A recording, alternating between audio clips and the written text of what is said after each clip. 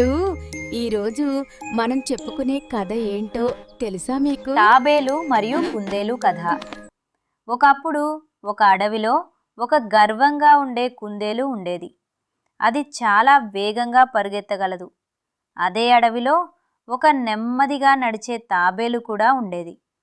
ఒకరోజు కుందేలు తాబేలును చూసి నవ్వుతూ, "నువ్వు ఎంత నెమ్మదిగా నడుస్తావు?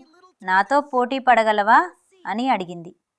తాబేలు శాంతంగా, "ఎందుకు కాదు, పోటీ పడదాం" అని చెప్పింది. అడవిలోని జంతువులన్నీ ఈ పోటీ చూడటానికి చేరాయి. ఒక నక్క స్టార్ట్ ఇచ్చింది. పోటీ మొదలైంది. కుందేలు చాలా వేగంగా పరుగెత్తింది. తాబేలు మాత్రం నెమ్మదిగా కానీ ఆగకుండా ముందుకు సాగింది. కొంత దూరం వెళ్ళిన తర్వాత కుందేలు వెనక్కి చూసింది. తాబేలు చాలా వెనుక ఉన్నదని చూసి, ఇంకా చాలా టైం ఉంది అని అనుకుని ఒక చెట్టు కింద నిద్రపోయింది.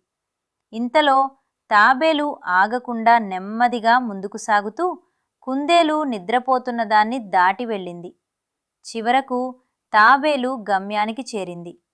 కుందేలు లేచి చూసేసరికి తాబేలు ఇప్పటికే గెలిచింది. కుందేలు చాలా సిగ్గుపడింది. నీతి: నెమ్మదిగా అయినా స్థిరంగా కష్టపడితే విజయం సాధించవచ్చు. ఇటువంటి మంచి కథల కోసం చక్రి ఎడిట్స్ ని సబ్స్క్రైబ్ చేసుకోండి. మీ ఫ్రెండ్స్ అండ్ రిలేటివ్స్ కి షేర్ చేయండి. స్టోరీ కనుక నచ్చితే లైక్ చేయండి.